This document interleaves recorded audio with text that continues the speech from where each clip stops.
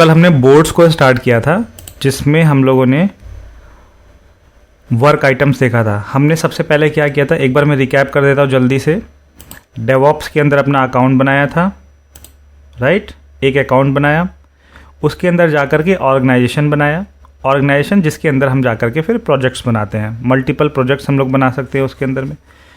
Projects के अंदर जाकर के हमने सबसे पहले प्रोजेक्ट सेटिंग देखी और उसका प्रोसेस, राइट, उसका हमने प्रोसेस देखा। तो यहाँ पे बेसिक बाय डिफ़ॉल्ट जो होता है वो बेसिक प्रोसेस सेलेक्ट रहता है, हम उसको जाकर के चेंज कर सकते हैं यहाँ से, ठीक है। तो यहाँ से जाके स्क्रम, एजाइल या CMMI में चेंज कर सकते हैं उसको, करेक्ट। कल हमने इस प्रोजेक्ट को बेसिक में किया था, मैं इसको बेसिक में ही चेंज कर दे रहा हूँ। फिर हमने जाकर के प्रोजेक्ट के अंदर में टीम डिफाइन करना सीखा कि हम लोग जाकर के टीम कैसे बनाएंगे। तो प्रोजेक्ट के अंदर गया, यहाँ पे प्रोजेक्ट सेटिंग, इसके अंदर टीम्स। तो डिफरेंट, तो बाय डिफ़ॉल्ट जो आप किसी ऑर्गेनाइजेशन के अंदर में प्रोजेक्ट बनाओगे, एक टीम बनती है, डिफ़ॉल्ट टीम उस प्रोजेक्ट के नाम से बन जाती है, राइट। इसको रीनेम आप कर सकते हो, कोई दिक्कत नहीं है। तो वो टीम बनेगी। इसके अलावा भी जाकर के हम लोग मल्टीपल टीम बना सकते हैं, करेक्ट। तो यहाँ पर जाकर के किसी टीम के अंदर में मेंबर्स ऐड करने हैं, यूज़र्स ऐड करने हैं, तो उस टीम पे क्लिक करोगे, यहाँ से जाकर के आप उसमें यूज़र्स ऐड करते जाओगे।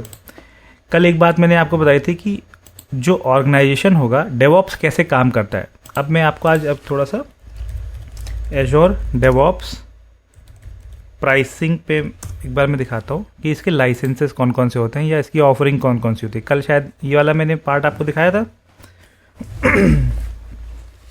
ठीक है, अगर नहीं दिखाया तो कोई बात नहीं, एक बार देखो इसको। Indian rupees. तो एजोर डेवऑप्स के हमारे पास दो ऑफरिंग्स होते हैं। माइक्रोसॉफ्ट एजोर डेवऑप्स की दो ऑफरिंग्स देता है। एक देता है हमको उसका ऑनलाइन वर्जन जिसको एजोर डेवऑप्स सर्विसेज बोलते हैं, और एक ऑफलाइन वर्जन या ऑन प्रीमाइसेस वर्जन होता है एजोर डेवऑप्स सर्वर। मतलब क्या, आप इसको जा करके डाउनलोड करोगे, एजोर डेवऑप्स सर्वर को डाउनलोड करोगे, अपने मशीन पे सर्वर पे इंस्टॉल कर लोगे। तो आप और आपकी टीम जो एक्टिविटीज़ हम कल ये ऑनलाइन URL पे कर रहे थे, राइट, एजोर डेवऑप्स की सर्विसेज पे कर रहे थे जाकर के, वो हम सारी चीज़ें अपने ऑन प्रीमाइसेस सर्वर पे उस सर्वर के लेआउट या सॉफ्टवेयर के अंदर कर सकते हैं। मतलब समझ लो कि डेवऑप्स सर्वर इंस्टॉल किया, फिर उसको डाउनलोड हुआ, फिर उसे इंस्टॉल किया, तो एक सॉफ्टवेयर इंस्टॉल हो गया हमारे मशीन पे, राइट।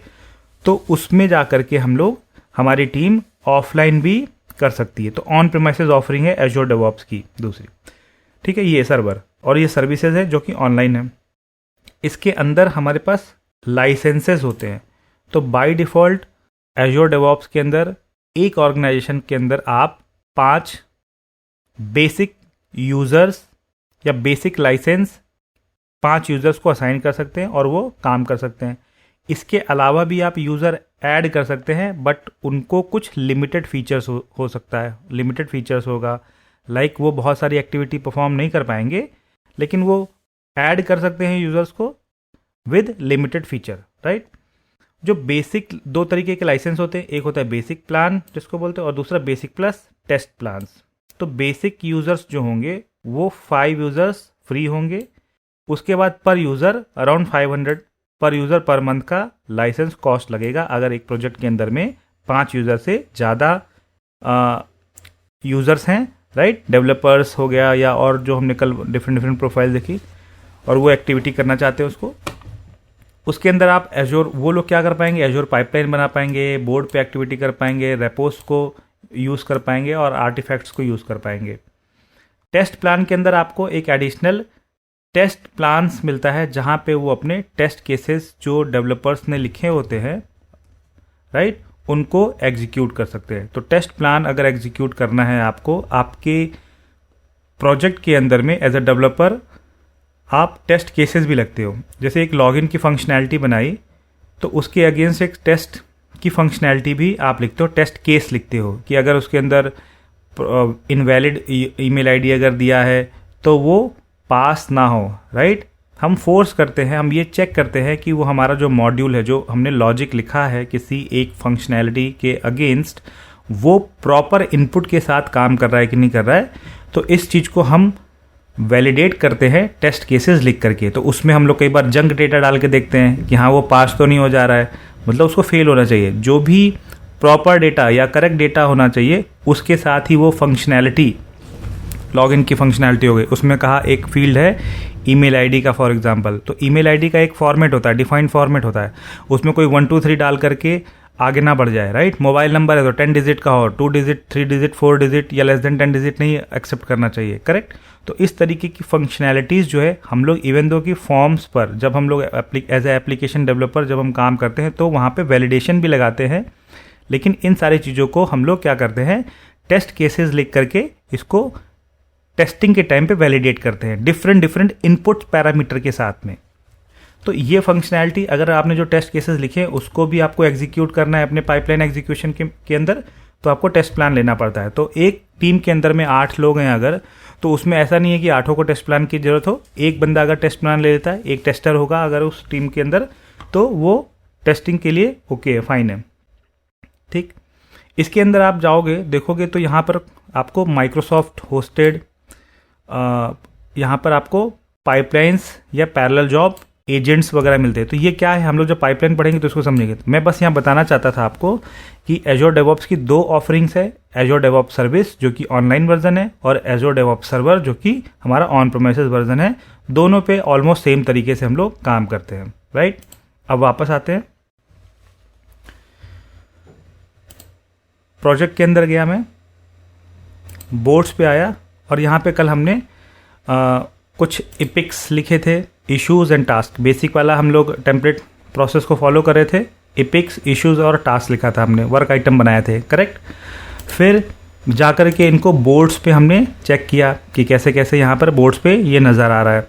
बैकलॉग्स आइटम्स में जा कर के हमने उसको देखा, हमने वर्क आइटम को लिंक करके देखा था उसके साथ में एसोसिएटेड, राइट। स्प्रिंट प्लानिंग हमने कल शायद नहीं करी थी।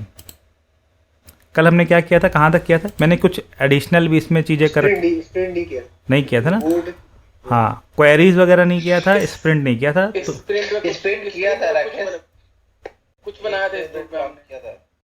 ठीक है, तो मैं एक काम करता हूँ, हाँ मैं काम करता हूँ इसके अंदर पैकेज, हाँ एक्चुअली 1 मिनट में जरा मुझे वो प्राइसिंग का बस केवल लिंक दिखा दो, मेरा ये फ्री हो गया था इसके।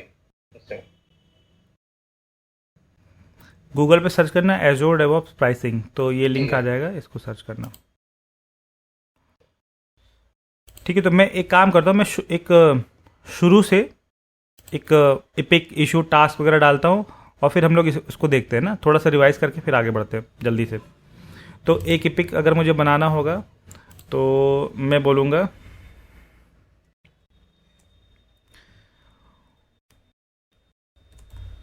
इंफ्रा या बैकएंड इंफ्रा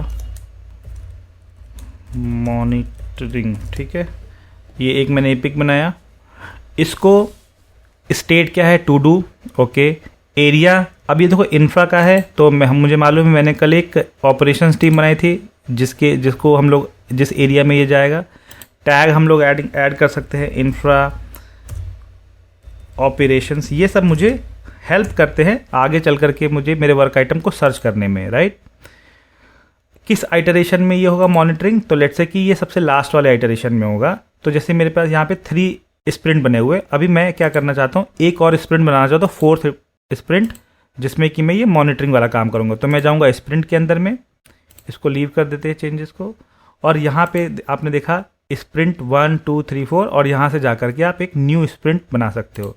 स्प्रिंट क्या होता है, अगर किसी को आइडिया नहीं है तो हम लोग क्या करते हैं, जो हमारे प्रोजेक्ट्स होते हैं या प्रोजेक्ट होता है उसको छोटे छोटे टास्क में हम लोग डिवाइड करते जाते हैं, वीकली या बाई वीकली, है ना। 2 वीक का जनरली स्टैंडर्ड स्प्रिंट प्लान होता है, जिसके अंदर में हम लोग कुछ अपनी एक्टिविटीज़ को, मतलब ग्रुप ऑफ एक्टिविटीज़ को लेते हैं जो कि उस 2 वीक के टाइम फ्रेम में हम डिलीवर कर पाए।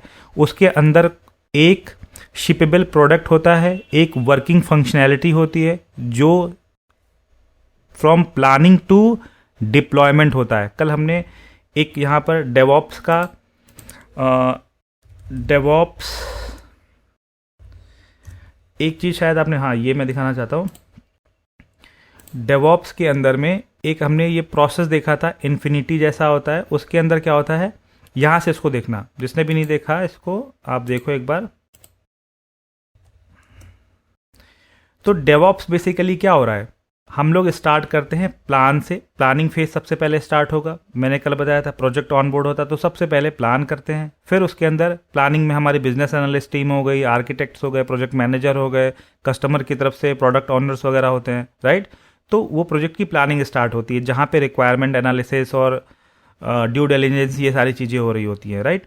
फिर वंस प्लानिंग इज डन, कुछ रिक्वायरमेंट डॉक्यूमेंट्स वगैरह बन गए, वो उसके साथ में कस्टमर कुछ रिक्वायरमेंट डॉक्यूमेंट्स दे सकता है, कुछ हमारी टीम ने बनाया होगा जो कस्टमर के साथ में कोलैबोरेट होकर के इनिशियली डॉक्यूमेंट्स बनते हैं कि हमें इस प्रोजेक्ट के अंदर करना क्या है, राइट। कस्टमर का ऑब्जेक्टिव क्या है, गोल क्या है, वो सारी चीज़ें, SOW स्कोप ऑफ वर्क क्या है, वो सारा बन गया।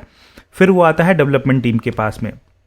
डेवलपमेंट टीम उसको कोड स्टार्ट करती है। कोड स्टार्ट बिल्कुल डे वन से नहीं करेगी, वो भी इंटरनली अपनी प्लानिंग करेंगे कि यही हमारे पास रिक्वायरमेंट्स हैं, तो इसको फिर हम लोग ब्रेकआउट करना शुरू करते हैं। तो वो अपनी इंटरनल वो डेवलपमेंट टीम है या जो एजाइल टीम है वो बैठ करके अपनी प्लानिंग करेगी कि मैं इस रिक्वायरमेंट को कौन कौन से फीचर्स के अंदर में या टास्क के अंदर में डिवाइड कर सकता हूँ। तो वो अपनी स्प्रिंट प्लानिंग, टीम की कैपेसिटी कि कितने 5 डेवलपर हैं, एक दिन में वो 6 घंटे काम कर सकते हैं, 6 पंचे 30 घंटे का, एक वीक का एक डेवलपर की कैपेसिटी हो गई, राइट। इसको हम लोग देखेंगे भी क्या है। तो ऐसे मोटा मोटा समझो कि प्लानिंग हुआ, फिर वहाँ पे कोड स्टार्ट करेंगे वो लोग, फिर उसकी बिल्ड करेंगे, कोड को बिल्ड करेंगे, उसको टेस्ट करेंगे एंड देन रिलीज करेंगे। तो प्लान से लेकर के टिल टेस्ट, ये जो है हमारा कॉन्टिन्यूअस इंटीग्रेशन का पार्ट होता है। CI हम लोग बोलते हैं इसको, क्या बोलते हैं, CI बोलते हैं। रिलीज, फिर हमने क्या किया, रिलीज प्रिपेयर किया उसका एंड देन डिप्लॉयमेंट किया, इसको हम लोग बोलते हैं कॉन्टिन्यूअस डिप्लॉयमेंट, राइट। और ऑपरेट यानी कि उसके अंदर बैकएंड जो इंफ्रास्ट्रक्चर है उसको ऑपरेट करना, बनाना, कॉन्फ़िगर करना, कुछ चेंजेस करना, पैचिंग करना, अपडेट करना, उसके अंदर कुछ स्पेसिफिक चेंजेस करना, राइट। वो सारी चीज़ें ऑपरेट के अंदर आता है। एंड देन फाइनली उस इंफ्रा का और उसके ऊपर जो भी एप्लीकेशन है उसको मॉनिटर करना, उसकी जो लॉगिंग्स हो गया या विजुलाइजेशंस हो गया इस तरीके की चार्ट के थ्रू, तो चार्ट को यूज़ करके या डैशबोर्ड को यूज़ करके उसकी मॉनिटरिंग। तो ऑपरेट और मॉनिटरिंग जो होगा ये कंटिन्यूअस मॉनिटरिंग का फेज होता है। तो ऑपरेट और monitor continuous monitoring, release and deploy continuous deployment, from plan to testing continuous integration. तो ये डेवॉप्स की एक लाइफ साइकिल है जहाँ पे प्लानिंग से स्टार्ट होकर के रिलीज से होते हुए डिप्लॉयमेंट से होते हुए मॉनिटरिंग से लेकर के फिर प्लान पे वापस आता है। तो ये क्या होता है, कॉन्टिन्यूसली चलता रहता है। तो मैंने कल बताया था कि एजाइल प्रोसेस के अंदर में या डेवॉप्स के अंदर में आप क्या करते हो, पूरे प्रोजेक्ट को एक एक फेज करके नहीं करते हो, क्या करते हो, ब्रेक करके थोड़ा थोड़ा करके, और उसके अंदर पूरी जो डेवलपमेंट लाइफ साइकिल होती है उसको आप आइटरेट करते हो। तो आइटरेटिव, कॉन्टिन्यूअस आइटरेटिव मोड में और कॉन्टिन्यूसली उसको इंक्रीमेंटल वे में आप करते जाते हो प्रोजेक्ट का, की डिलीवरी इस तरीके से होती है। ये जो इस तरीके का ये बना हुआ है इन्फिनिटी सिंबल, ये समझ में आया। इसके अलावा और बहुत सारी चीज़ें लिखी हुई हैं, तो इसको हम लोग आगे समझ लेंगे ये सारी चीज़ें क्या है। कि जैसे कोड होगा तो कोई सोर्स कोड होगा, वर्जन कंट्रोल होगा, जैसे कि हम लोग अभी एज्योर रेपो देखेंगे। प्लानिंग में हम लोग एज्योर बोर्ड यूज़ कर रहे हैं। डिप्लॉयमेंट के टाइम में जो जावा वाले हैं वो लोग माविन यूज़ करेंगे, .NET वाले MS बिल्ड यूज़ करेंगे, राइट। टेस्टिंग के लिए MS टेस्ट यूज़ करेंगे। रिलीज़ के लिए हम लोग जेनकिंस वगैरह यूज़ कर लेंगे, एज्योर पाइपलाइंस यूज़ कर लेंगे। डिप्लॉयमेंट एज्योर पे होगा या ऑन प्रीमाइसेस पे होगा या AWS पे होगा। ऑपरेट के लिए आपके पास डिफरेंट टूल्स होते हैं।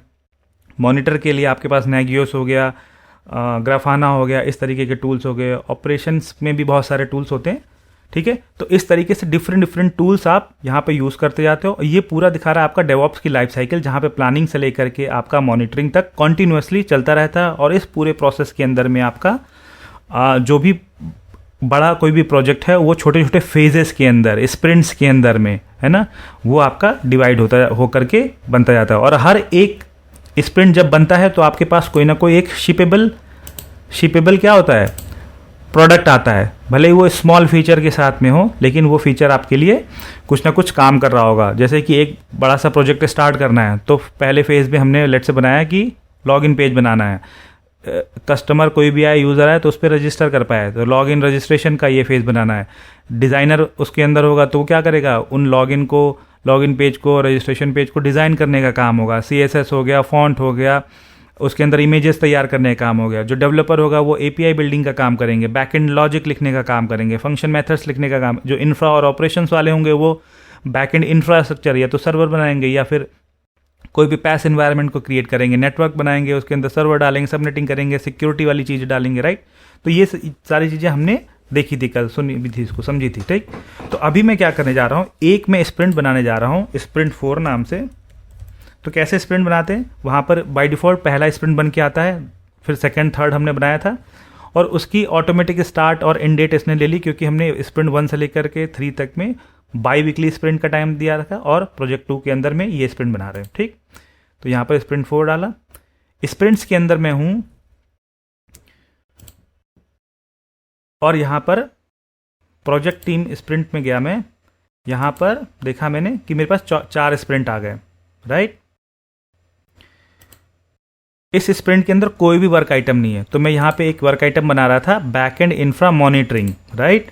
ये एक एपिक बना रहा था, और इसको मैंने असाइन कर दिया, किस एरिया में डाल दिया, ऑपरेशंस टीम के एरिया में डाल दिया। किस आइटरेशन में मैं डाल रहा हूँ इसको, स्प्रिंट 4। डेट सही नहीं था क्या उसका, अच्छा एक मिनट रिफ्रेश करना पड़ेगा, क्योंकि ये मैंने बाद में बनाया ना। अगर किसी को कुछ डाउट हो तो बताना।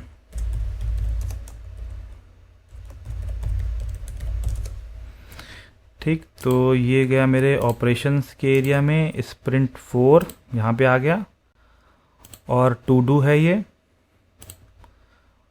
और यहाँ पे कुछ डिस्क्रिप्शन आप कर सकते हैं, और यहाँ पे @ मैंने कहा जो भी ऑपरेशन का ट्रेनिंग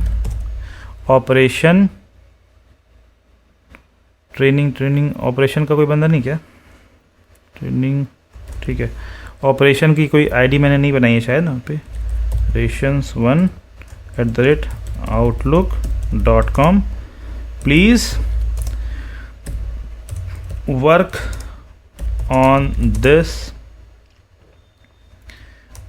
विद, लेट्स से मैंने कहा कि कोई और बंदा है, मान लो कोई और ऑपरेशन का दूसरा बंदा है, अभी मैंने लेट्स से कि टेस्टर दे रहा हूँ, मतलब यहाँ पे लेकिन ऑपरेशन का ही मान के चलो कि इसके साथ में आप काम करो। मैंने ये इसको असाइन कर दिया, इसको ये रिस्पॉन्सिबिलिटी दे दी एपिक की, और इसको बोला यहाँ पे डिस्कशन में आप डाल सकते हो, राइट। तो वो अपने कुछ अगर थॉट्स हैं, फीडबैक्स हैं, तो वो इसी डिस्कशन बोर्ड में यहाँ पे डिस्कशन में कंटिन्यू कर सकते हैं, राइट। मैंने बोला कि इसकी जो प्रायोरिटी है वो हाई प्रायोरिटी, क्योंकि मॉनिटरिंग हमें करनी है, और जितना भी इंफ्रास्ट्रक्चर बना है उसकी प्रायोरिटी हाई है। इसका स्टार्ट डेट और एंड डेट जो है हमारे जो स्प्रिंट 4 है उससे मैच करके हुए हम डाल देंगे, राइट। तो मुझे भी ध्यान नहीं कौन सा डेट लिया था उसने, बट बाद में हम वही डाल सकते हैं इसको। और इसको मैंने कर दिया सेव, तो ये मैंने एक एपिक बना लिया, राइट। अब इसके अंदर हम लोग जाकर के क्या बनाएंगे, कोई बताएगा, इशू बनाएंगे हम लोग, राइट। इसके अंदर जाकर के हम लोग लिखेंगे monitor SQL server, let's say कि एक एसक्यूएल सर्वर है, तो एक हमारा इशू बन गया। अब स्पेसिफिक हम होते जा रहे हैं यहाँ पर, ठीक है। एसक्यूएल ऑपरेशन स्प्रिंट 4 के अंदर में ही है, और प्रायोरिटी इसकी मैंने लेट्स से हाई कर रखी है। एफर्ट मैंने कहा कि इस काम में मॉनिटर, या ऐसे करो config provision monitoring tool for SQL server monitoring, correct.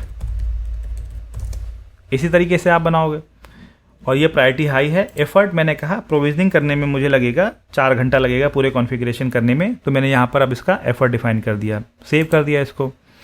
एक और इशू बना रहा हूँ मैं, क्रिएट न्यू इशू, और मैंने कहा प्रोविज़न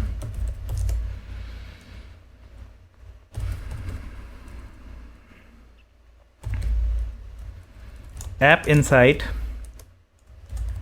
इनसाइट एक मॉनिटरिंग टूल है एज्योर का, फॉर एप्लीकेशन सर्वर, एक डेटाबेस सर्वर था, एक एप्लीकेशन सर्वर था। तो ऐप इनसाइट इसके लिए, और सीक्वल के लिए कोई अलग से मॉनिटरिंग टूल है, जैसे फॉर एग्जांपल हमने ले लिया है ना, बताने के लिए। ठीक, इसकी प्रायोरिटी भी मैंने लेट से हाई कर दी, और एफर्ट मैंने कहा कि ये मुझे करने में इसमें 6 घंटा लगेगा पूरा कॉन्फ़िगर करने में, सेव। राइट, अब मैं गया यहाँ पर और इसको मैंने क्या किया, अब मैं इनको लिंक कर सकता हूँ, करेक्ट।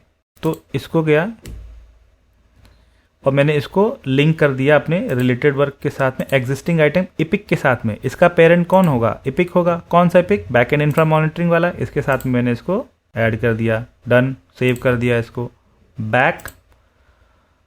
इसको जा करके मैंने दूसरे वाले को,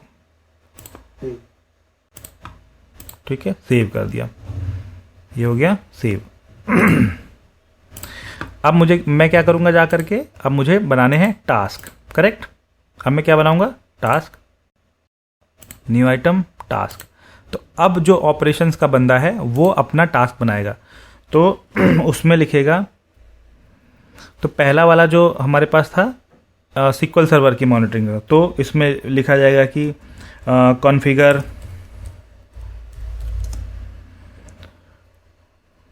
मॉनिटरिंग के लिए एजोर पे कुछ बताओ क्या होता है।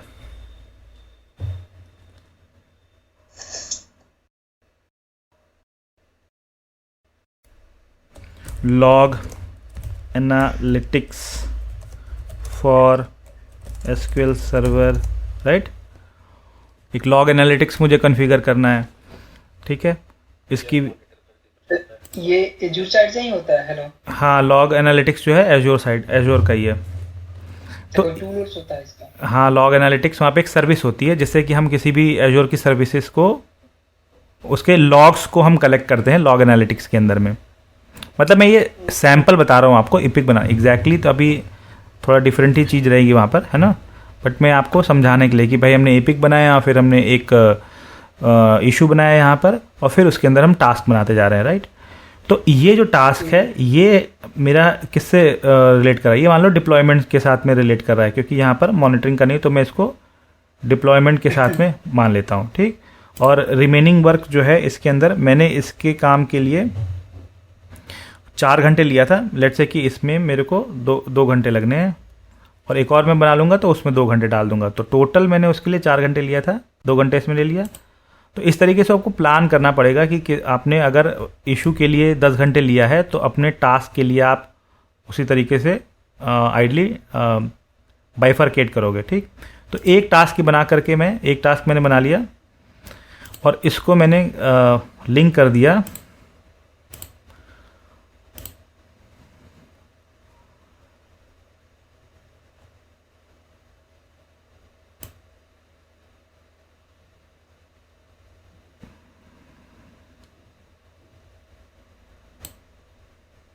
इंफ्रा बैकएंड, ये वाला था ना, हाँ, प्रोविजन मॉनिटरिंग टूल, मॉनिटरिंग, ठीक है। नहीं, ये इशू के साथ में करूँगा इसको ना, ठीक है। ठीक है।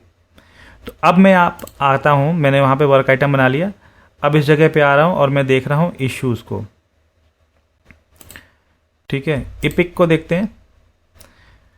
इपिक है हमारे पास,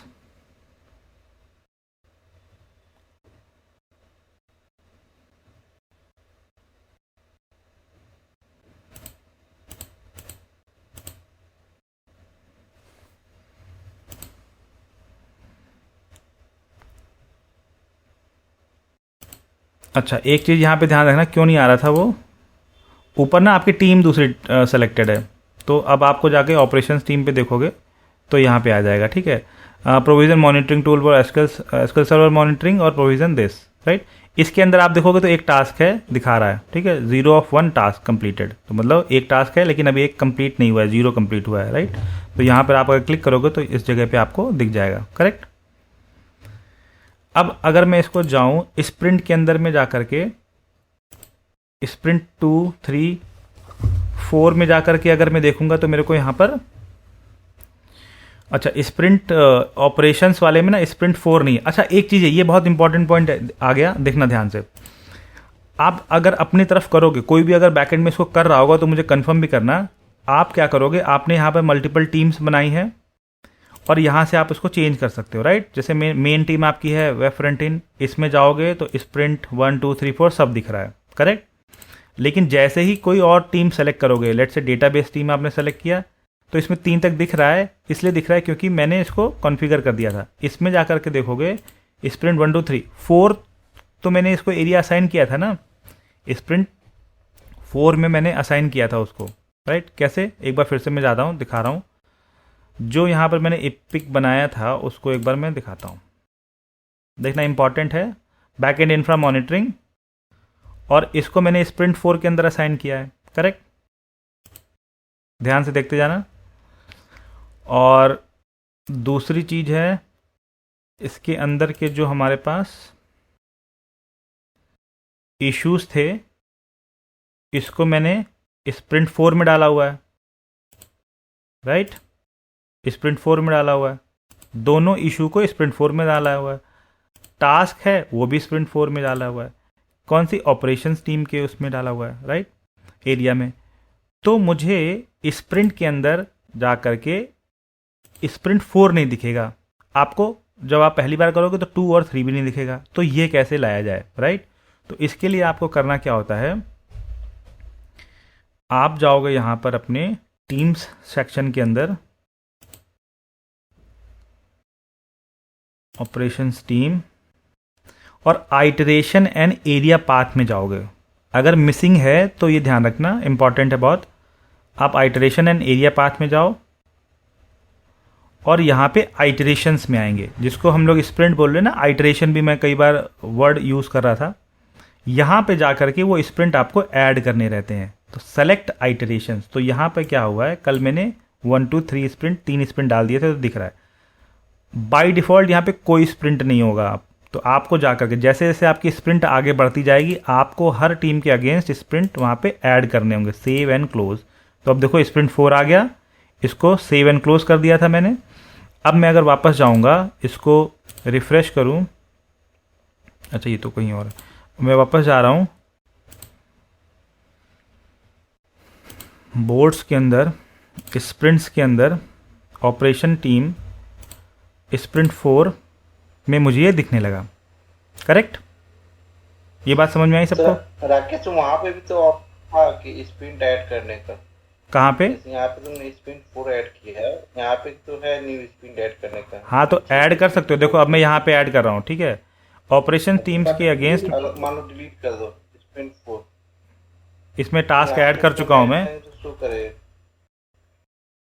इसके अंदर मैं टास्क ऐड कर चुका हूँ। अगर फिर से अगर तुम आइटरेशंस में से जाके स्प्रिंट 4 अगर रिमूव करते हो और यहाँ से ऐड करते हो तो शो होगा शायद। तो स्प्रिंट 5 ऐड करके देख लेता हूँ ना मैं। नहीं, वो नीचे सेलेक्ट एग्जिस्टिंग आइटरेशन है ना, तो वहां से भी ले सकते हो।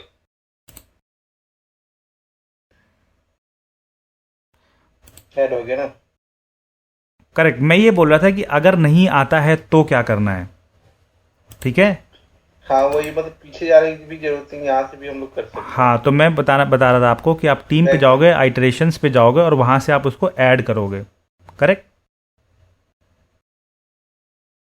अब देखो यहाँ पे मैंने स्प्रिंट ऑपरेशन टीम के अंदर कर दिया है, ठीक है। लेकिन क्या ये मुझे डेटाबेस के अंदर दिख रहा है? नहीं दिख रहा है, 1 2 3। तो क्या अब क्या करूंगा मैं, यहाँ से फिर इसके लिए अलग से स्प्रिंट ऐड करूंगा ना।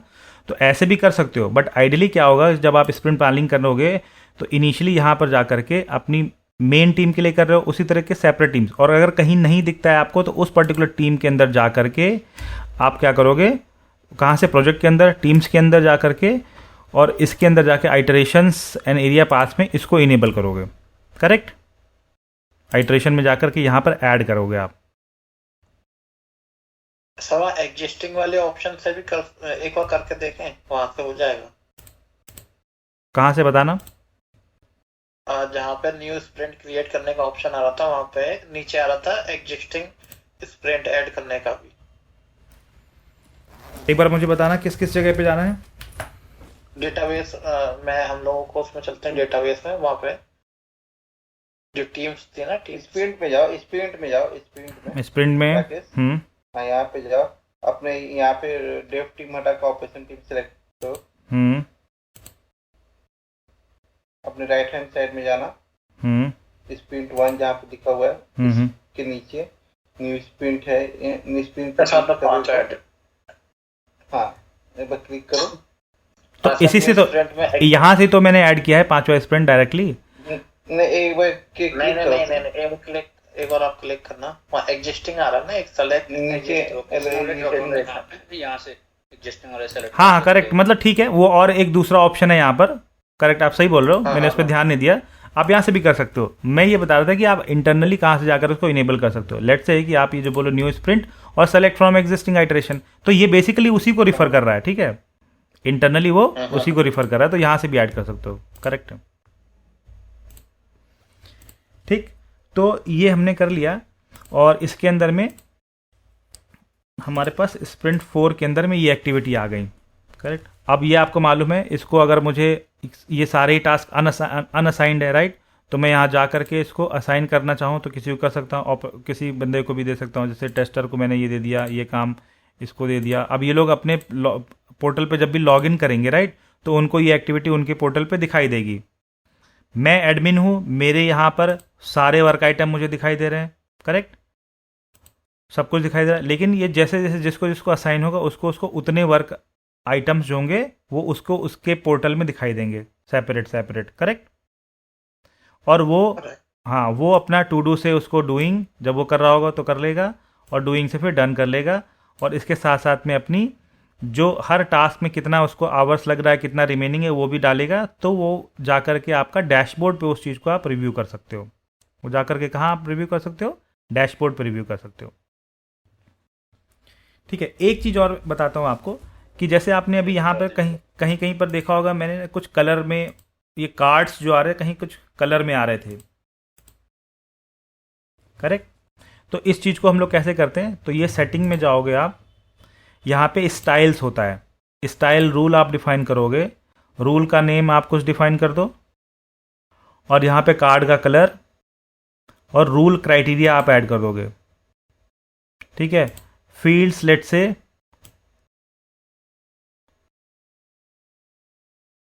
इनमें से कोई भी आप फील्ड ले सकते हो जिसकी बेसिस पे आप उसमें कलर चेंज करना चाहते हो या देखना चाहते हो, तो वो आप दे सकते हो। ठीक है, प्रायोरिटी हो गया, रीजन हो गया, असाइंड हो गया। जैसे मान लो मैंने प्रायोरिटी ले लिया, प्रायोरिटी अगर वैल्यू क्या है 1 है, जिसकी उस कार्ड को आप क्या कर दो, रेड से कर दो। ठीक है, स्टाइल रूल का नेम कर दो, जैसे हमने कहा हाई प्रायोरिटी, सेव कर दिया। क्या मैंने ये बनाया है? ये चीज मैंने ये बनाया है, ये एक स्टाइल रूल मैंने डिफाइन किया है कि जिस पर्टिकुलर वर्क आइटम की प्रायोरिटी 1 है उसको रेड कलर से उस कार्ड का कलर रेड कलर कर दो। तो ये एक तरीके से थीम में चेंजेस करने के लिए, जो भी प्रायोरिटी 2 है उसको येलो कर दो, जो भी प्रायोरिटी 3 उसको ग्रीन या येलो ब्लू कर दो, कुछ ऐसे कर लो। तो इस तरीके से आपको ये देखने पे बोर्ड में पता लग जाएगा कि ये वो वर्क आइटम्स हैं। जब आपकी बहुत ज़्यादा हाईली पॉपुलेट हो जाएगा ये, तो आपको वहाँ से ईजिली आप देख करके पता लगाओगे ये हाई प्रायोरिटी है, तो इन पर नज़र ऑटोमेटिकली आपकी जाएगी, आप उस पर उसको एक्टिवली आप उसको प्रोग्रेस को ट्रैक करोगे उसको। करेक्ट, इसी तरीके से इस पे अगर मैं टैग डालूंगा तो टैग की प्रायोरिटी को भी मैं टैग के कलर को भी मैं चेंज कर सकता हूँ। कैसे? तो यहाँ पर जैसे टैग है, यहाँ पे मैंने बोला मॉनिटर। ठीक है, सेव एंड क्लोज। इसके अंदर गया, सेटिंग्स में जाएंगे हम लोग, यहाँ पर टैग कलर टैग, आप यहाँ मॉनिटर, जहाँ कहीं भी मॉनिटर हो उसको येलो कर दो, सेव एंड क्लोज।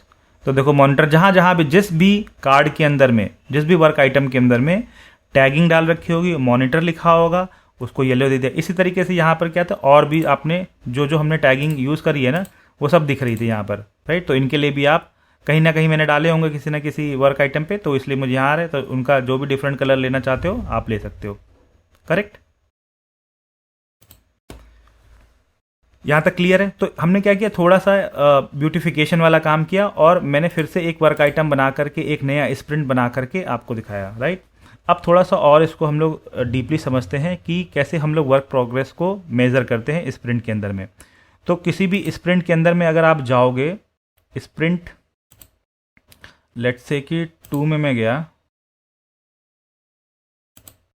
मेन में आ जाता हूँ, यहाँ पे हमारे पास टास्क वगैरह है। हाँ,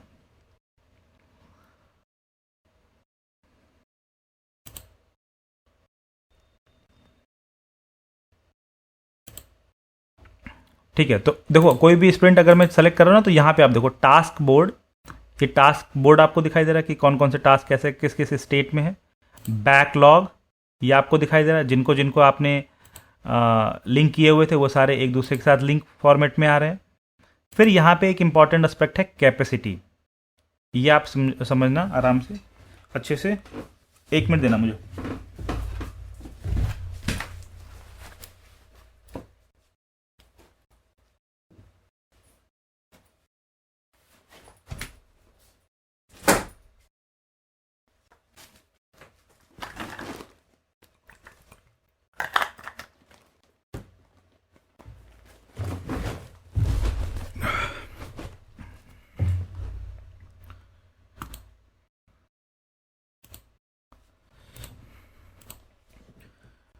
तो कैपेसिटी क्या होता है? कैपेसिटी प्लानिंग बोलते हैं, ये भी अगेन बहुत इंपॉर्टेंट एस्पेक्ट होता है किसी भी। तो देखो जब हमारा एक प्रोजेक्ट स्टार्ट होता है उसके अंदर में हमने रिक्वायरमेंट एनालिसिस और ये सारी चीज़ें करी, है ना। फिर हमने बोर्ड पे आए और वहाँ पर हमने अपने सारे इपिक फीचर टास्क ये सारी चीज़ें लिखी, राइट। ऐसे करके हम बनाते चले गए, बहुत सारे वर्क आइटम्स हम बनाते चले गए, इनको हमने बोर्ड पे डाल दिया। अब फिर क्या किया हमने, स्प्रिंट प्लानिंग की, आइटरेशन बनाया। स्प्रिंट 1 में कौन सा टास्क लेना है हमको, स्प्रिंट 2 के अंदर कौन सा लेना है, 3 के अंदर कौन सा लेना है, इस तरीके से किया। अब इन ये जो टास्क है, टास्क 1, टास्क 2, टास्क 3, ठीक है, इनके आगे हम लोग एक डेवलपर के साथ डिस्कशन, जब मतलब टीम होती है, जब उनके डिस्कशन करके उनको कोई ना कोई नंबर दिया जाता है, यानी कि आवर्स एक तरीके से बोलो कि असाइन किया। तो टास्क 1 में 8 आवर्स लगने हैं, टास्क 2 में 5 आवर्स लगने हैं, टास्क 3 में 2 आवर्स लगने हैं, इस तरीके से हो गया। एक टास्क और बनाया, तो टास्क 4 में हमको लेट से कि 6 आवर लगने हैं। तो टोटल कितने आवर्स हो गए? 6, 8 और 10, 15, 6, 21, है ना। अगर मैं टास्क इस तरीके से मतलब अभी बोलूँ तो 21 आवर्स आ गए मेरे पास, ठीक है। यहाँ तक क्लियर है कि अब मेरे पास यहाँ पे तो बहुत सारे टास्क हो सकते हैं। अभी मैंने 4 लिए और 4 में क्या हो गया, मेरे पास 21 आवर का काम है मेरे पास, है ना। अब मान लो मैं 21 आवर्स यहाँ समझाया, अब मान लो कि ऐसे ही मेरे पास 15, 20, 50 टास्क हैं और वो है 300 घंटे का काम है। ऐसे मैंने एक आइडेंटिफाई कर दिया कि मेरे पास इस तरीके से 50 टास्क थे और टोटल उसमें कितना घंटा लग रहा है, 300 घंटे लगने हैं। तो अब मैं क्या करूंगा, स्प्रिंट A1, स्प्रिंट 1 जो है 2 वीक्स का है। कितने वीक्स का है? 2 वीक्स का होता है, राइट। ये हमने स्टैंडर्ड लिया हुआ है। 2 वीक्स में कितने आवर्स होते हैं? 80 आवर्स होते हैं। एक हफ्ते में 40 घंटे। ये बहुत हम लोग स्पेशल चीज की प्लानिंग कर रहे हैं। ये मतलब क्या है, प्रोजेक्ट के अंदर हमारे पास टास्क बहुत सारे हो सकते हैं, 20, 50, 100, 200, है ना। और कॉन्टिन्यूसली आते भी रह सकते हैं मैनेजमेंट की तरफ से या कस्टमर की तरफ से कि ये भी करना है, ये भी करना है, ये भी करना है। एक प्रोजेक्ट बहुत बड़ा हो सकता है, राइट। तो हर एक स्प्रिंट में जो आपका स्क्रम मास्टर है with collaboration of the product owner, वो डिसाइड करते हैं और डिफाइन करते हैं कौन कौन से टास्क को बेसिस ऑन दियर कॉम्प्लेक्सिटी और इजीनेस हम उस पर्टिकुलर स्प्रिंट में, उस 2 वीक के काम में, टाइमलाइन में हम कौन कौन से टास्क को यहाँ पे पिक कर सकते हैं जो कि एक दूसरे से इंटर रिलेटेड हो, ईजी हो और वो स्प्रिंट के अंदर हम काम कर पाए। मतलब प्रायोरिटी वाइज तो हुई, ऐसा नहीं कि मॉनिटरिंग का काम पहले स्प्रिंट में ले लिया, अरे कुछ बना ही नहीं है तो एप्लीकेशन भी नहीं है, इंफ्रा भी नहीं है तो मॉनिटरिंग नहीं लोगे ना।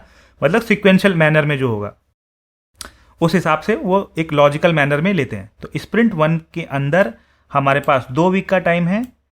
ऐसी तरह सारे स्प्रिंट में 2 वीक का होगा। 80 आवर्स थी तो 80 आवर्स एक बंदे के लिए हो गया। अब इसको ध्यान सुनो, ये क्या हो गया, 1 पर्सन या 1 मेंबर, है ना। अब जनरली क्या होता है कि हम लोग एक दिन में 8 घंटे काम नहीं करते हैं। तो जनरली जो प्रोजेक्ट प्लानिंग जब होती है तो उसमें जो हमारे स्क्रम मास्टर्स होते हैं या मैनेजर्स होते हैं वो प्रोडक्टिव आवर्स जो होते हैं वो 5 से 6 घंटे लेते हैं कि 2 घंटे भाई टीम मीटिंग भी करनी है, इंटरनल कनेक्ट भी करना है और कुछ R&D वाला काम भी करना हो सकता है। तो 2-3 घंटे आपका उसमें चले जाएंगे। तो 5 आवर्स जो है, ये 5 प्रोडक्टिव आवर्स जनरली लेके चलते हैं, ठीक है, कि एक बंदे का 8 घंटे में वो 5 घंटे का प्रोडक्टिव काम करके देगा, है ना, और बाकी 3 घंटे वो मीटिंग्स वीटिंग्स करेगा, और कुछ मान लो वो काम डेवलप कर रहा है तो कुछ रिसर्च करेगा, रीडिंग स्टडी हो सकता है करे, पढ़े वढ़े, है ना, तो उसको समझने में ये सारी चीज़ें हो सकती हैं। तो 5 प्रोडक्टिव आवर्स हो गया। तो इस तरीके से अब मेरे जो टीम है, अब मेरे पास जो टीम है, टीम जो लेट्स से डेवलपर की टीम है, उसका मैं कैपेसिटी प्लानिंग कर रहा हूं। तो मेरे पास कितने डेवलपर हैं? Dave 1, Dave 2, Dave 3, let's say कि 3 डेवलपर हैं मेरे पास, और ये लोग 5-5 घंटे हर दिन काम कर सकते हैं, ठीक। तो इस तरीके से कितने आ गए टोटल? एक वीक में कितना आ गया? एक दिन में अगर वो 5 घंटे कर रहे हैं तो एक वीक में 5 दिन, 5 वर्किंग डेज, तो 5 जा 25 आवर्स का मेरे पास क्या आ गया? इसका प्रोडक्टिव आवर्स आ गया, करेक्ट। तो इसी तरीके से मैं जस्ट आपको मैंने कैलकुलेशन बताया कि इसी तरीके से सारे टीम मेंबर्स की क्या निकालते हैं कि नंबर ऑफ आवर्स वो उस वीक में कितने आवर्स के लिए अवेलेबल रहेगा, इस तरीके से हम लोग निकालते हैं। और इस प्रकार हमारी जो कैपेसिटी है, टीम की कैपेसिटी कितने आवर्स काम करने की है उस पर्टिकुलर स्प्रिंट में, वो निकाला जाता है, राइट। तो यहां पे वो होती है कैपेसिटी प्लानिंग। इसकी बेसिस पे ही फिर इसकी बेसिस पे लेट्स से कि 3 डेवलपर अगर एक पर्टिकुलर स्प्रिंट में काम कर रहे हैं तो एक हफ्ते में हो गया 25 यानी कि 50, 2 हफ्ते में 50 यानी कि टोटल मिला के कितने हो गए? 50 50 50 150 घंटे। यहाँ पे कितने आ गया? डेवलपरों का जो टाइम, टोटल टाइम आ गया वो 150 आवर्स हो गया। यस सुनो, ये बात समझ में आई कि नहीं आई? मैंने बोला कि 2 वीक में इन 3 डेवलपरों की जो कैपेसिटी है वो कितने घंटे काम करने की है? 150 घंटे की। 2 वीक्स है ना, 2 वीक्स में या स्प्रिंट 1 के अंदर में या स्प्रिंट 2 के अंदर में, जिस भी स्प्रिंट की बात कर रहे हैं हम लोग, स्प्रिंट 1 ही मान लो, स्प्रिंट 1 के अंदर में 2 वीक्स के अंदर ये जो डेवलपर हैं, 3 डेवलपर थे उसके अंदर में 150 घंटे काम कर सकते हैं। इसी तरह अगर मैं अगर टेस्टर की बोलूं, ऑपरेशंस की बोलूं, डीबी की बोलूं, डिजाइनर की बोलूं, तो सबके ऐसे से निकाल सकता हूं। यस और नो? यहां तक किसको समझ में आया या किसको कंफ्यूजन है ये बताओ। सर ये सारा मतलब हम लोगों के एंड से रहता है या जो आप नहीं करोगे? ये काम करेगा स्क्रम मास्टर या मैनेजर्स लोग करते हैं, बड़े लेवल पे होगा। मतलब आप करोगे, आज नहीं करोगे, अब 2-3-4 साल बाद करोगे जब आप और सीनियर पोजीशन पे चले जाओगे। लेकिन it's good to have this kind of understanding और नॉलेज।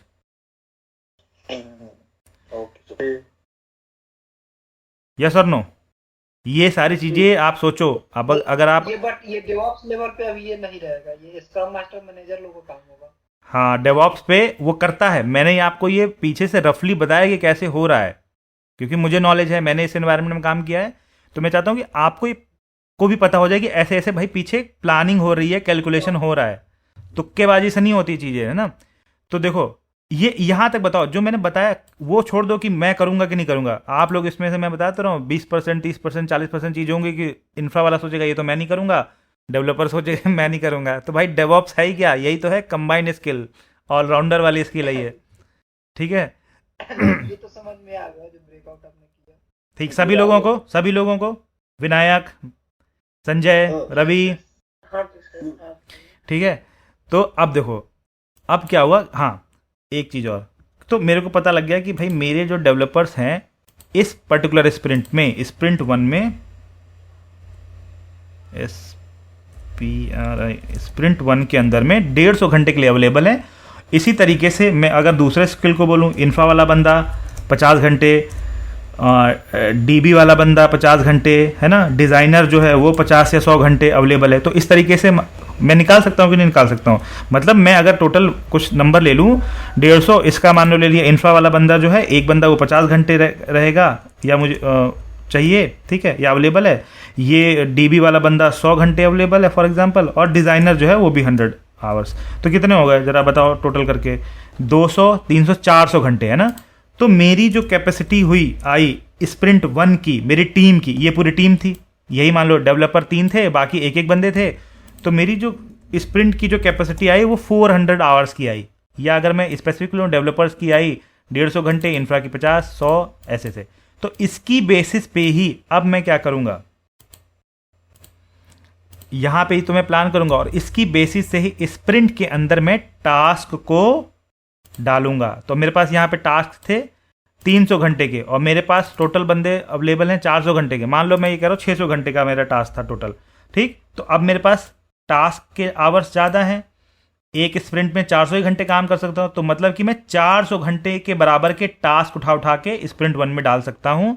बाकी 200 घंटे जो बचे हुए स्प्रिंट 2 में वो टास्क जाएंगे। समझ में आया?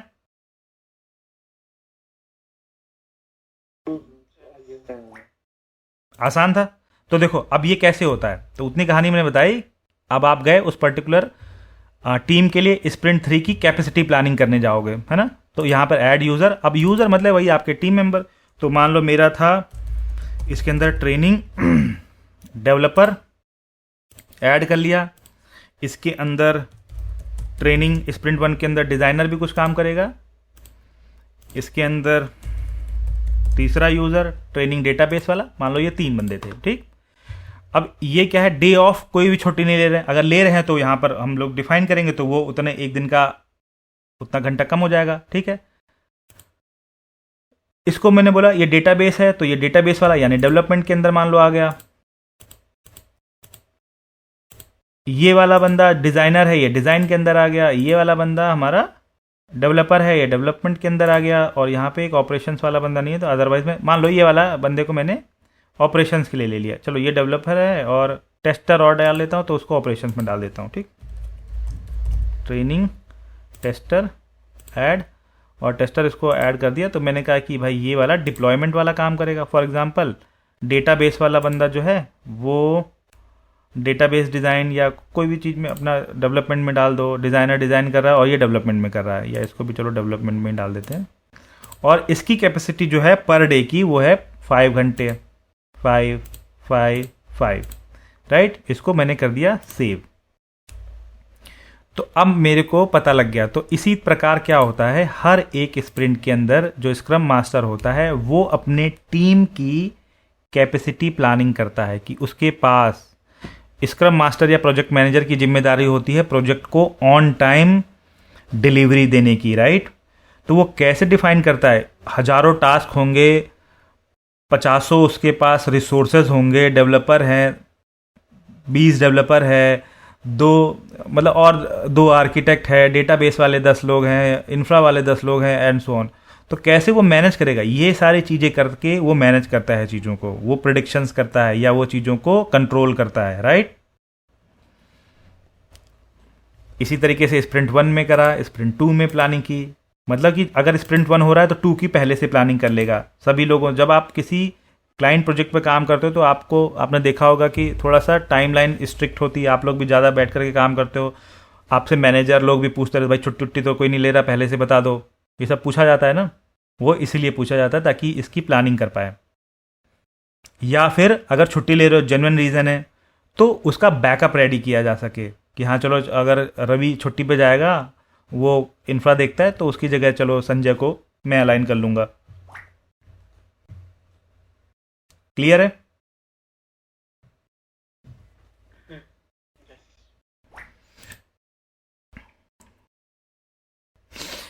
ठीक है, तो ये हमने कैपेसिटी देख लिया। बैकलॉग हमें पता ही है क्या है, राइट। और टास्क बोर्ड हमने देख रखा है। यहाँ पे स्प्रिंट देखो, यहाँ पे क्या हो सकता है, आप क्या कर सकते हो, या तो स्प्रिंट वहाँ से भी डाल सकते हो, ड्रैग एंड ड्रॉप भी कर सकते हो। वैसे इसको कोई ये एक फीचर है।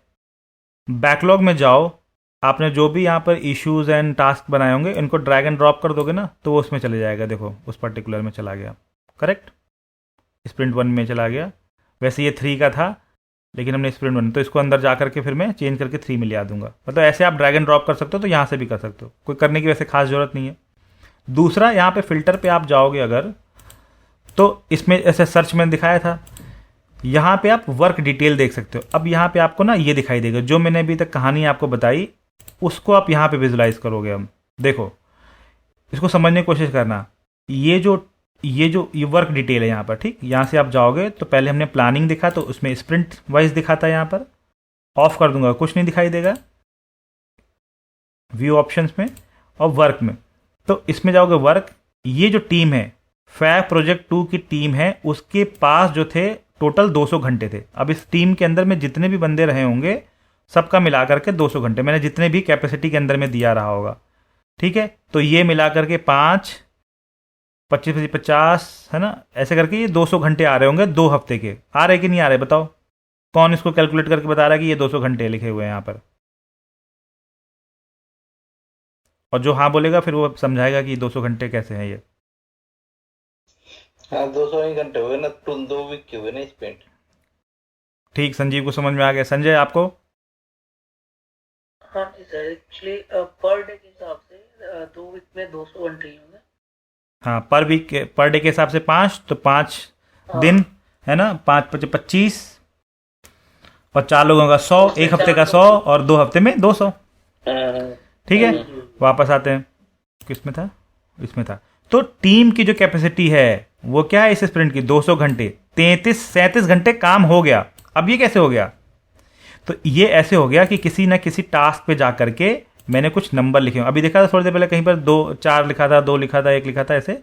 तो उसमें मैं रिमेनिंग वर्क यहाँ पे बताता जाता हूँ। देखो जैसे यहाँ 7 है ना, तो अब मेरा 7 घंटे का था, अब मैंने आकर के आज 3 घंटे इस टास्क पे काम कर लिया, ठीक है, सेव एंड क्लोज। तो 4 घंटे मेरा क्या हो गया? कम हो गया,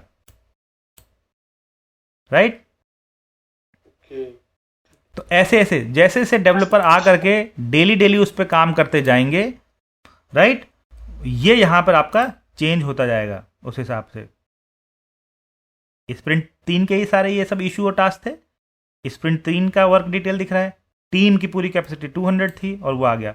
अब देखो डिप्लॉयमेंट, डिजाइन, डेवलपमेंट, ये सारी डिवाइडेड थे। ये सारे मैंने इनकी कैटेगराइजेशन भी डिवाइड कर रखा था। तो डेवलपमेंट में, डिप्लॉयमेंट में इतना हो गया घंटा, इसमें इतना, इसमें इतना, है ना, डेवलपमेंट में कुछ नहीं हुआ। असाइन टू, किन किन बंदों को असाइन किया था, उसने किसने किसने काम किया हुआ वो यहां पे मेंशन है, करेक्ट। इसमें स्टार्ट नहीं किया अभी, इसलिए शो कर रहा है 00। हाँ, कुछ अनअसाइंड वाले ने 23 घंटे काम कर रखे हैं। किसी कोई टास्क होगा अनअसाइंड, उसमें 23 कुछ भरा होगा इस तरीके से। तो मतलब जो भी आकर के उस पर काम कर रहा होगा तो वहां पर वो दिखा देगा। तो इस देखो डेटाबेस वाले को 50 घंटे, मतलब हर बंदे के 50 घंटे थे, ये हमने देख लिया। 5 घंटे के हिसाब 25 दूना 50 है ना। तो वो यहाँ पे दिखाई देगा कि उसने कितने कितने घंटे काम कर रखा है। असाइन टू के हिसाब से भी आप उसको देख सकते हो, वर्क के हिसाब से भी देख सकते हो, टीम के हिसाब से देख सकते हो, फिर उनकी एक्टिविटी के हिसाब से देखो, डेवलपमेंट एक्टिविटी में कितना काम हुआ, डिप्लॉयमेंट में कितना, डिजाइन में कितना, एंड सो ऑन, करेक्ट। तो ये अभी तक आप इसको रीड नहीं कर पा रहे थे, अब इसको आप रीड करना समझ गए कि कैसे इसको रीड किया जाता है। यस और नो?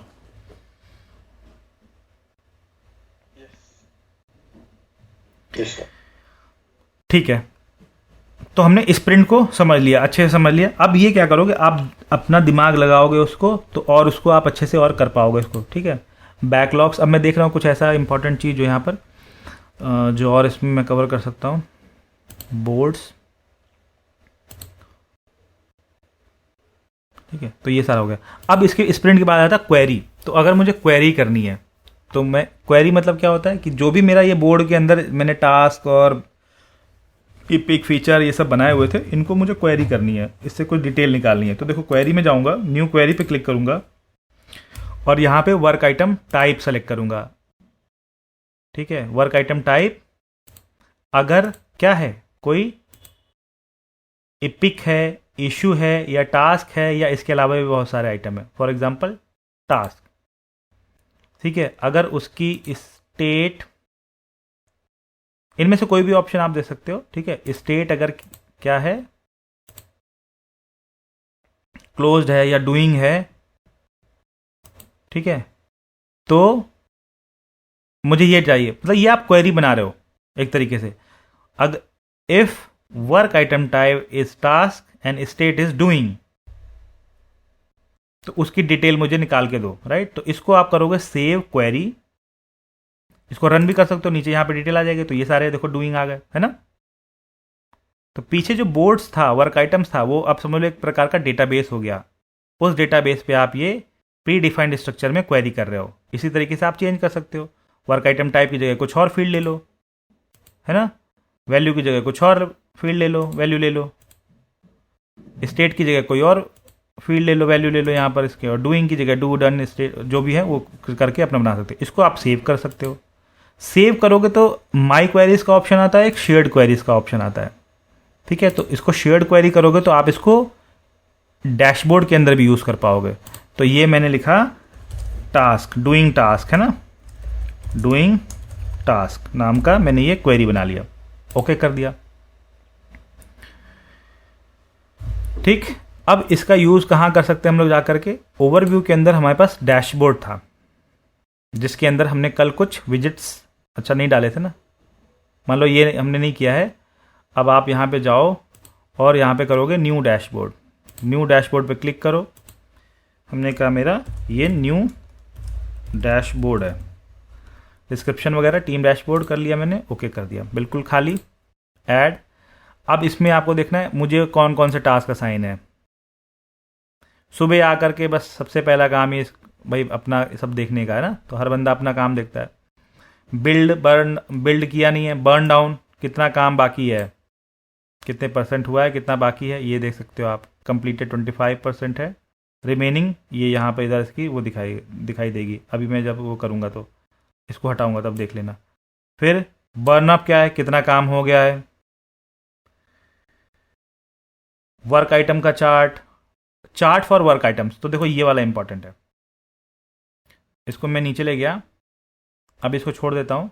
इसके अलावा भी बहुत सारे हमारे पास विजिट्स हैं जिनको मैं यहाँ पे डाल सकता हूँ और उनसे मुझे चार्ट बेस्ड इंफॉर्मेशन मिल सकती है ना।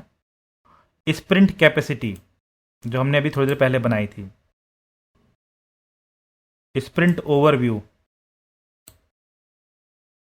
टीम मेंबर्स कौन कौन से हैं अगर वो देखना है, वेलोसिटी इसको हम लोग आगे चल करके टीम वेलोसिटी देखेंगे, राइट। ऐड, डन एडिटिंग, ठीक। तो अब देखो इतना रिमेनिंग है ये दिखा रहा है, 4 फरवरी ना, 4 फरवरी को 3 remaining, 3 burn down, total scope 4 था। इसके बाद ये आ रहा है, तो इसको और हम लोग समझेंगे। अभी मैं बस आपको एक ग्लिम्स दे रहा हूँ। चार्ट फॉर वर्क आइटम जो हमने क्वेरी बनाई थी ना, उस क्वेरी को मैं कैसे यूटिलाइज कर सकता हूँ यहाँ पर, कॉन्फ़िगर, सेलेक्ट क्वेरी, जो मैंने शेयर्ड में डाला था ना तो वही यहाँ पर आएगा, डूइंग टास्क, है ना। कौन सा चार्ट चाहिए, pie chart, group by, assign to work item, कोई भी आप दे सकते हो इसको, है ना। तो for example group by state, तो एक आ गया, type, work item type, assign to, ये आप देखो इस तरीके से आप चेंज रहा है कि किन किन को असाइन हुआ, उस हिसाब से यहाँ पर ग्रुपिंग होकर के आ गए इसको, ठीक है। सेव, तो देखो उस क्वेरी को मैंने यहाँ पे यूटिलाइज कर लिया और मैं एक चार्ट देख पा रहा हूँ, doing task by assign to. तो ये ब्लू कौन है, ये बंदा है, ट्रेनिंग डिजाइनर को 3 टास्क असाइन है जो कि डूइंग मोड में है, इस वाले बंदे को 3 टास्क असाइन है जो कि डूइंग मोड में है, डेवलपर को 2 टास्क असाइन है जो कि डूइंग मोड में। क्लियर है, समझ में आया कि कैसे हम लोग शेयर्ड क्वेरी बना करके उसको टास्क में कन्वर्ट कर, मतलब यहाँ पे डैशबोर्ड में हम लोग चार्ट में कन्वर्ट कर सकते हैं। यस और no? Yes yes yes sir. तो इस तरीके से डैशबोर्ड बनाएंगे तो हर एक टीम का अपना एक डैशबोर्ड रहता है, यूज़र स्पेसिफिक भी हो सकता, प्रोजेक्ट स्पेसिफिक होता है और टीम स्पेसिफिक होता है। तो टीम वाले बंदे जाकर के अपना देख सकते हैं मुझे कौन कौन सा असाइन हुआ है, ये सारा है, ये बुकिंग मॉड्यूल है, ये है, तो मैं सबसे पहले आऊँगा, ये सारे टास्क मुझे असाइन है कौन कौन से स्टेट में, तो मेरे लिए ईजी रहता है। रादर कि इतने बोर्ड के खचपिच में जा करके ढूंढने से अच्छा है कि भाई एक बढ़िया सा डैशबोर्ड बना रखा है और यहाँ से मैं देख सकता हूँ आराम से। हेल्पफुल है कि नहीं है? यस। ठीक है, तो मोरलेस हमने बोर्ड वाला पार्ट कवर कर लिया है इसके अंदर काफ़ी एक्सटेंसिव वे में। एक चीज़ और है जो मैं बता देता हूँ, लेकिन जनरली उसको इतना यूज़ नहीं करते हैं, कि ये जो हमारे पास बोर्ड के अंदर जो ये स्टेटस है आते हैं ना, टू डू, डूइंग, डन, इसको अगर मैं चेंज करना चाहता, रीनेम करना है, इसको चेंज करना है, तो कैसे करूँगा मैं? तो आप सेटिंग्स में जाओगे, यहाँ पर देखोगे कॉलम्स में जा कर के, ठीक। तो जैसे ये टू डू लिखा है तो उसको आप कुछ और कर लो, है ना। टू वर्क ऑन, जो भी आपकी आप अपने हिसाब से नहीं करोगे, जो भी आपकी कंपनी ऑर्गेनाइजेशन में फॉलो होगा वो करोगे ना। तो फॉर एग्जांपल मैं बता रहा था, देखो कि बस चेंज कर सकते हैं। टू वर्क इसको कर दिया मैंने, बाकी इसको ऐसे रहने दिया।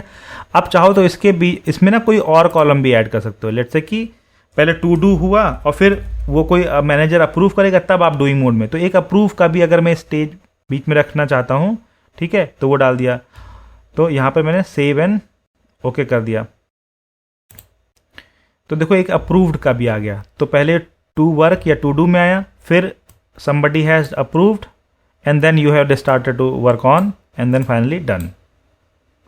तो इस तरीके से आप ये बोर्ड के अंदर जा कर के इनके जो कॉलम्स हैं, स्टेट्स हैं, उनको भी आप क्या कर सकते हो, कस्टमाइज कर सकते हो, अल्टर कर सकते हो। एक ये भी है अच्छी चीज। क्लियर है? जी सर। तो हमने बोर्ड वाला जो है वो ऑलमोस्ट काफ़ी कुछ इसमें कवर कर लिया है। अब इसको आप लोग अच्छे से प्रैक्टिस करोगे। कुछ कुछ चीज़ हो सकता है छोटी मोटी चीज़ है तो उतना इम्पॉर्टेंट नहीं है, लेकिन आप इसको अगर करोगे तो ही आप इसको इसमें मतलब आपको कॉन्फिडेंस आएगा कि हाँ मैंने ये चीज़ करी है। समझ तो ली आपने, पढ़ ली, और इसको अब एक बार करोगे अपने हिसाब से 1-2 बार, तो आपको और अच्छा आइडिया होगा इसके अंदर में। क्लियर है?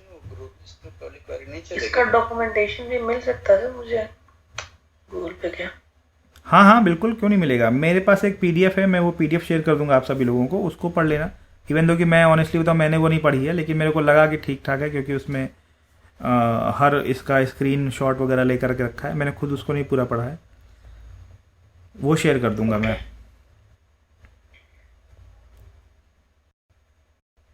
जीरा सर्चिंग में, जैसे जीरा में सर्चिंग के लिए करते हैं ना, तो इसमें बेसिकली जो भी टास्क बनाया है तो उसमें क्या ग्रूवी वाला स्क्रिप्ट चलता है? ग्रूवी वाला स्क्रिप्ट? हाँ, जो सीक्वल टाइप क्वेरी नहीं लिखते ना, assign equal to user ID and, अच्छा वैसा वाला क्वेरी बोल रहे हो? उस तरीके का तो उसको हम लोग कुछ तो क्वेरी बोलते हैं। उस तरीके का तो यार उस तरीके का तो है नहीं यहाँ पर ऑप्शन कोई। ये इनका अपना ये दिया हुआ है। समझ गया। ओके,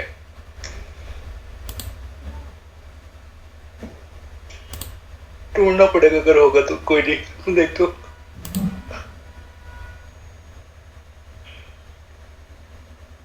इस क्वेरी को ईमेल कर सकते हैं, कॉपी क्वेरी यूआरएल। बेसिकली ये जो बन रहा है ना क्लॉज, इसी को अपेंड कर करके बनाना पड़ेगा। हाँ, यहाँ पे ऐड क्लॉज और कर सकते हो, और कर सकते हो, और कर सकते हो, ये तो आप कर सकते हो। वो ऐड और जो भी पूरे ऑपरेटर को यूज करके बेसिकली बनाना पड़ेगा। ठीक है, तो आज हम लोग इतना ही रखते हैं।